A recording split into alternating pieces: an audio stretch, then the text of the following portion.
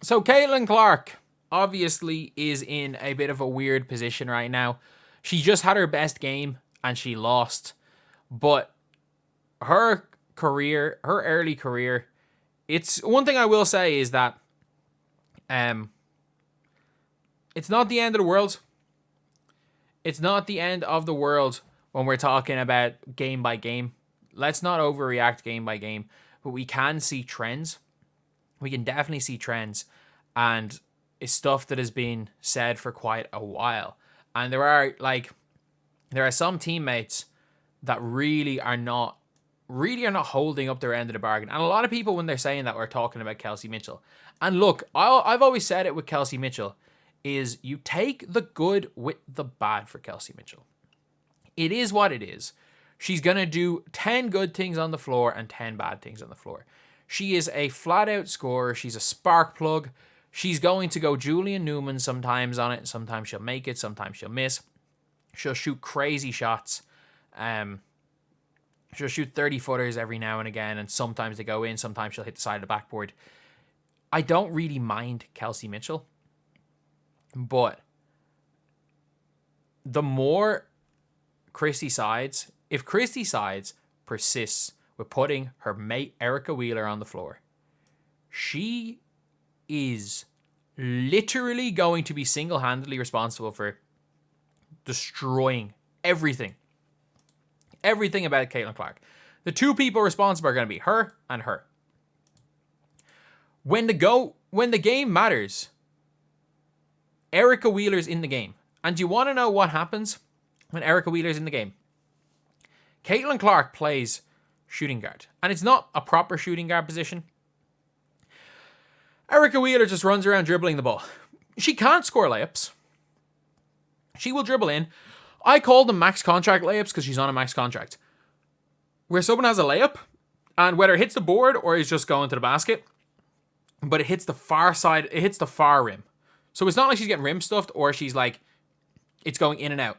But she throws it so hard that it hits the far rim and bounces out. That's what I call a max contract layup, and she does about 2 of them a game. She won't shoot when she's wide open. Teams don't guard her. Teams don't defend her. They don't. I know she had a couple of mid-range shots against, was it the Mystics? But teams don't guard her.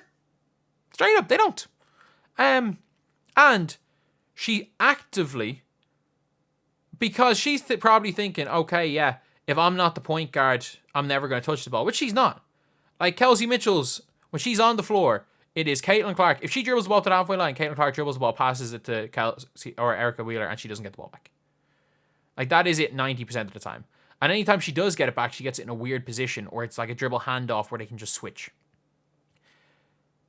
And I don't necessarily blame Erica Wheeler. I just think that like she is a player who should play when Caitlin Clark's off the floor.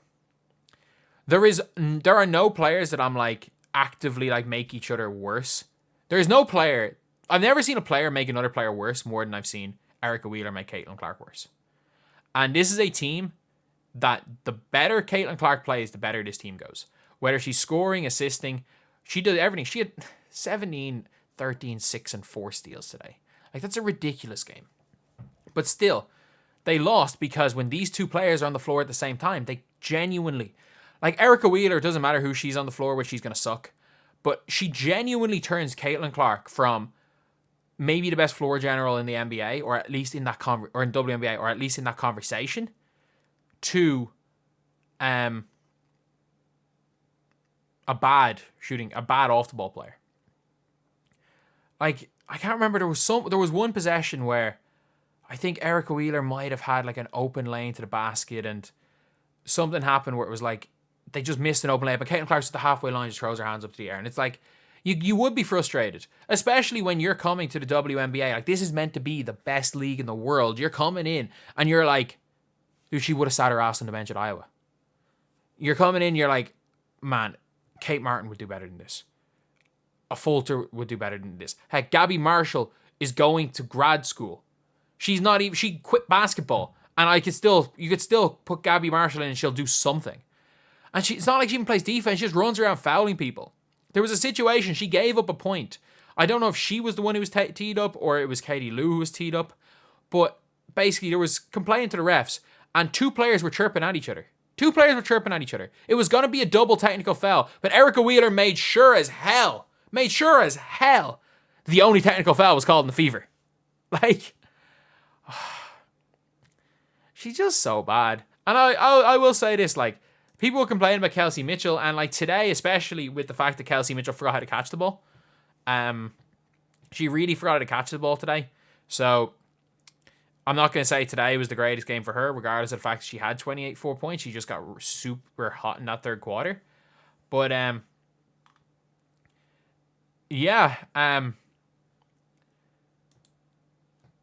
at least Christy Wallace stays out of the way. At least she doesn't get in the way. And I will say about Christy Wallace is that she actually hasn't been too bad the last two games. She's the worst starter in the WNBA, but at least she doesn't like get in players' ways. And if you want to develop Caitlin Clark, Erica Wheeler needs to play 0 minutes. She needs to play 0 minutes a game. I'm telling you right now, if Erica Wheeler plays more, like what did she play today? Let's just check the box score. And the worst part is that if you want to look at the plus minus, you're like, oh, she had a high plus minus. Yeah, because she was on the floor during the crazy run. And then during the comeback, they took her off when it was when I think it was a 6-point game. But she was on the floor when it went from 15 to 6. And she was the main reason it went from 15 to 6. She was the main reason that the team lost momentum. You can just look at the box score and be like, oh, she was a +2 on the floor. 1 of 3, 15 minutes on the floor. She's garbage. She's absolutely garbage. And she's garbage in the worst way possible, in that she actively makes your two best. When she's on the floor, Aaliyah Boston is worse. When she is on the floor, Caitlin Clark is worse. Caitlin Clark is at her best when she's coming off screens from Aaliyah Boston, especially as a playmaker. Aaliyah Boston, the main way she's scoring this year, especially against the Sky, who do have Cardoso, so she's not going to be able to back down. She did kind of play bully ball sometimes on Tina Charles. She played bully ball a few times against the Mystics on Dolson. She's not going to play bully ball on Cardoso. The only way Aaliyah Boston is going to get scores is off Caitlin Clark passing. And you know what? Want to know what Wheeler does? Kelsey, you go win us this game. Oh, Kelsey, I know you've only got hot for a quarter. You go lose us. You go. It's all your game. Oh, Caitlin, Aaliyah. Oh, you are our two best players in a pick and roll. No, Kelsey, go get the ball. Go get the ball. Run. Go do your GOY's impression and shoot the ball. Run.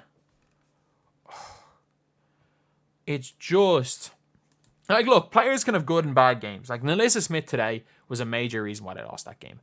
Poking the bear. She poked the bear when she did the "you're too small" to Angel Reese, and Reese went and destroyed her, which isn't good. Poking the bear is not good. But at the same time, like, you can have good games, you can have bad games as a pro. It is what it is. It happens. I'm not going to go at Smith too much. Mitchell, again, I will defend Mitchell. As bad as she was catching the ball today, she was a big reason why they built up a 15-point lead, and she is just a live wire spark plug scorer who can go off at any given time. I think best suited as a sixth player, like a Kennedy Carter, who I think better coming off the bench and starting. But still, there's a reason she was an all-star. Aaliyah Boston didn't have her best game today. Wasn't bad. Really wasn't bad. But has been exceptional the last few games. And obviously Clark was great. And look, I'm not going to go at Wheeler and Hole didn't play enough. Katie Lou just missed shots. Katie Lou was terrible today as well. But the difference is that there is playing a bad game, and I think being directly responsible for the lack of, not even directly responsible for the lack of production of your best player. And not only your best player, your best two players. When she's on the floor, every single player, not even when she's on the floor, because you can say she was on the floor for the run. When she is running the point, every single player other than Kelsey Mitchell looks worse. And Christy Sides continues to play her 15 minutes. I don't know why. Because she liked her in Atlanta, because they're friends. But no, she is awful. Absolutely awful.